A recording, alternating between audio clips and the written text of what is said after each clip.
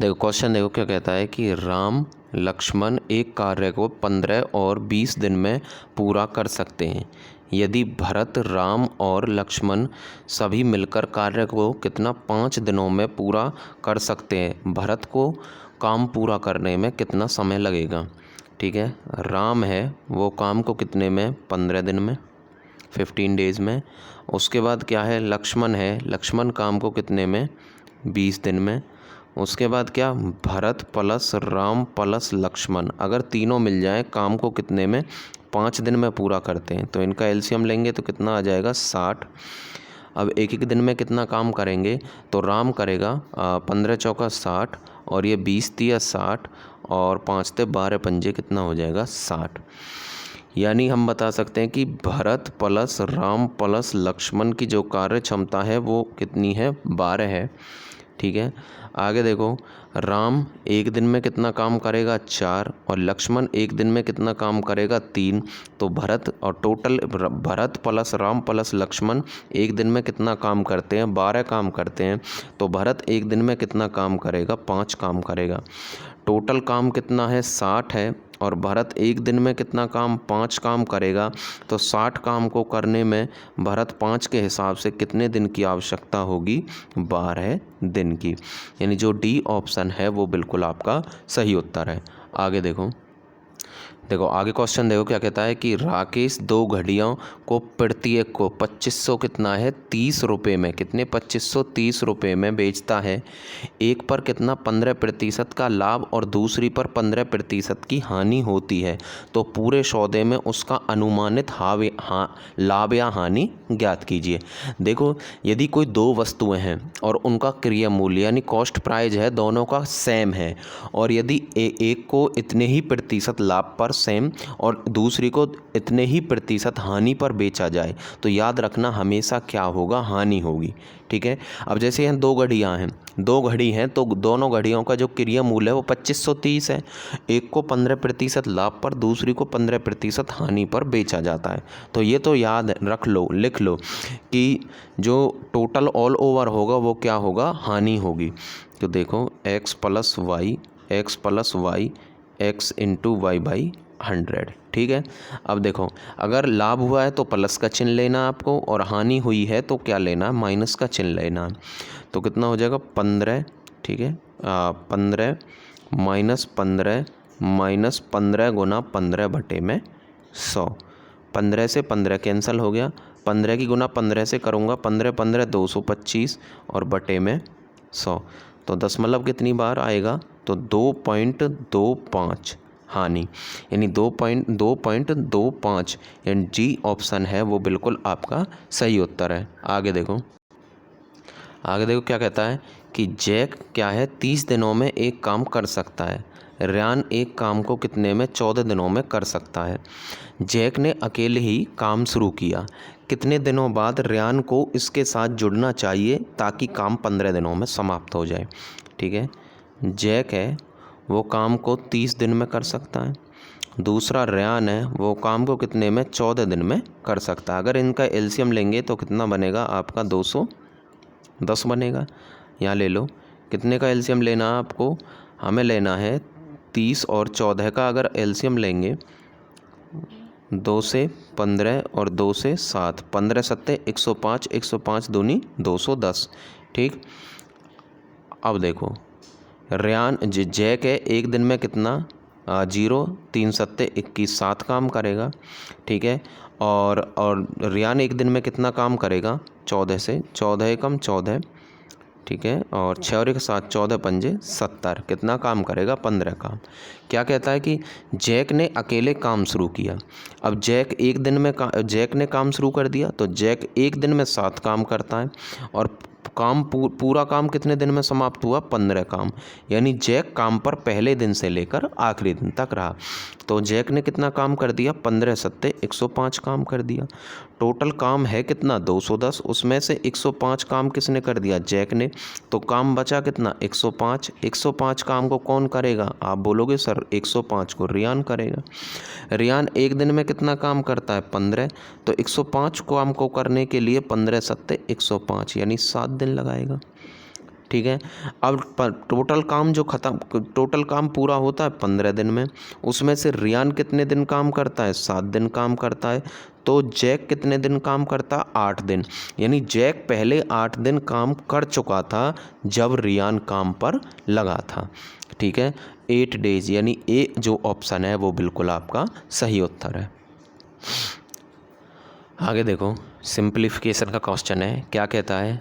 ठीक है, बोर्ड मास से करना है। पहले आपको ये ब्रैकेट सॉल्व करना है। तो 1 माइनस 0.6, तो कितना लिख सकता हूँ मैं उसे? 0.4 लिख सकता हूँ। अब 0.4 है, बटे में कितना करना है? 10 करना है। 2 से 2 दूनी 4, 2 पंजे 10, यानी 1/5 प्लस में 2/5, इनको जोड़ेंगे तो कितना हो जाएगा आपका? 3/5 हो गया।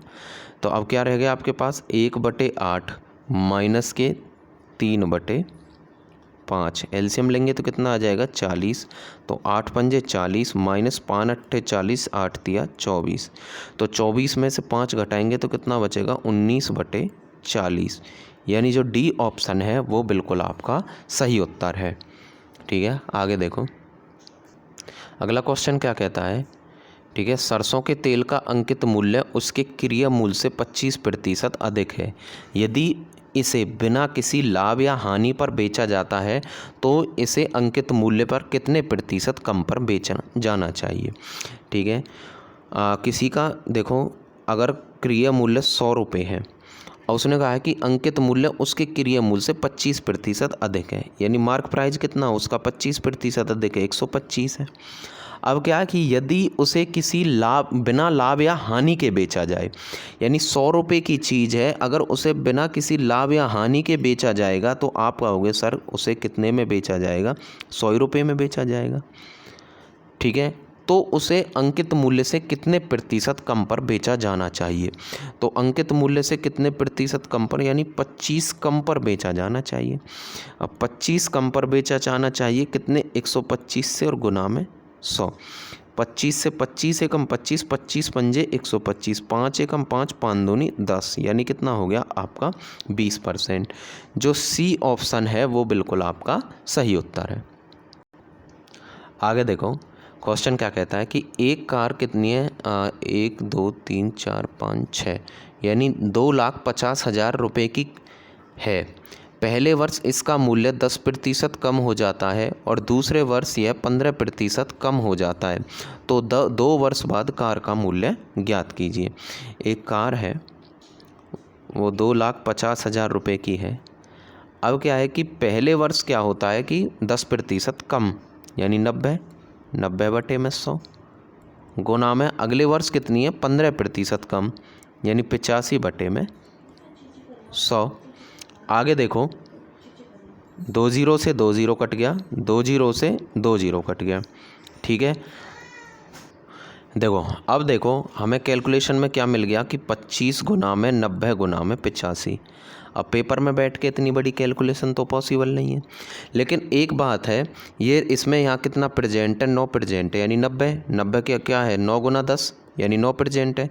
यानी जो ऑप्शन होगा वो 9 का फैक्टर यानी 9 का गुणज जरूर होगा। अब कोई भी चीज़ अगर 9 से कब भाग हो सकती है? यदि उसके अंकों का जोड़ 9 से भाग हो सकता है। पहले ऑप्शन में देखो 7 और 5 12 और 1 13, क्या ये संख्या 9 से भाग हो सकती है? नहीं हो सकती। उसके बाद देखो बी ऑप्शन कितना है? 5 और 2 7 और 1 8, 8 और 9 17 और 1 18, ये हो सकती है। आगे देखो 8 5 13 और 1 14, 14 और 6 20 और 7 27, ये भी हो सकती है। आगे देखो इसे 9 और 1 10 3 13, यानी ये भी नहीं हो सकती। यानी आपका या तो ऑप्शन बी हो सकता है या सी। अब देखो इकाई का अंक देखो, तो दोनों में इकाई का अंक कितना है? 0, यहाँ भी 0। अगर देखो यहाँ 90 में 0 है तो इनका भी इकाई का अंक कितना होगा? 0। लेकिन उससे अगला अंक देखो भाई, 5 पंजे कितना हो जाएगा? 25, यानी दहाई का अंक कितना होगा? 5। तो सी ऑप्शन में दहाई का अंक कितना है? 7 है, लेकिन जो बी ऑप्शन है उसमें दहाई का अंक कितना है? 5, यानी जो आपका बी ऑप्शन है वो बिल्कुल आपका सही उत्तर है। आगे देखो क्वेश्चन क्या कहता है कि एक पुरुष, ठीक है, और एक लड़का और एक महिला किसी काम को क्रमशः 10 दिन में, 15 दिन में और 30 दिन में पूरा कर सकते हैं। मिलकर कार्य करने पर एक पुरुष, एक महिला और एक लड़का उस कार्य को कितने दिन में पूरा करेगा। ठीक है, देखो क्या है कि 10 पुरुष 15 बॉयज़ और आगे कितने हैं 30 महिला वोमेन। ठीक है, एक काम 30 महिला पूरा कर सकते हैं इतने दिन में। 5 से 5 दूनी 10, 5 तिया 15 और 5 छिंग 30, यानी 2 man equal to 3 boys equal to 6 women. ठीक है, इनका एलसीएम लो, इनका एलसीएम कितना आएगा 6, तो सभी को 6 से भाग कर दो। 6 से भाग करेंगे 2 तिया 6, 3 दूनी 6 और 6 से 6 कट गया, तो m/3 बराबर b/2 बराबर w/1, यानी m/b/w का जो अनुपात होगा 3:2:1 होगा। यानी जो एक आदमी की कार्य क्षमता कितनी है 3 है, और एक आदमी पूरा काम कितने दिन में कर सकता है 10 दिन में। तो जो टोटल वर्क होगा, टोटल वर्क कितना होगा 10 गुना में 3, यानी टोटल काम कितना हो गया 30 हो गया। अब क्या कहता है कि एक आदमी, अब एक आदमी कितना काम करता है, आप बोलोगे सर एक आदमी काम करता है 3 और एक बच्चा काम करता है 2 और एक महिला काम करती है एक दिन में, तो टोटल एक दिन में कितना काम करेंगे 3 और 2 5 और 1 6 काम करेंगे। ठीक है, अब 6 से 6 एकम 6, 6 पंजे 30 यानी 5, यानी डी ऑप्शन क्या आपका बिल्कुल सही उत्तर है। देखो कितने समय में 4% वार्षिक दर से 10,000 रुपये पर उतना ही ब्याज प्राप्त होगा जितना 5% साधारण ब्याज की दर से 4 वर्ष में कितना 8,000 रुपये पर प्राप्त होगा। तो कितने समय में, देखो 10,000 रुपये है, 4% रेट ऑफ इंटरेस्ट से टी समय में बराबर 8,000 रुपये 4 वर्ष में 5% रेट ऑफ इंटरेस्ट से जितने पर ब्याज, यानी दोनों कंडीशन में जो ब्याज है वो बराबर है। कैलकुलेट करो, 100 से 100 कट गया, 3 जीरो से 3 जीरो हटा दो। ठीक है, और 4 से 4 कट गया, और ये कितना हो गया 8 पंजे 40 और 1 ज़ीरो से 1 ज़ीरो कट गया, तो टी बराबर कितना आ गया आपका 4 वर्ष, यानी आपका सी ऑप्शन है वो बिल्कुल आपका सही उत्तर है।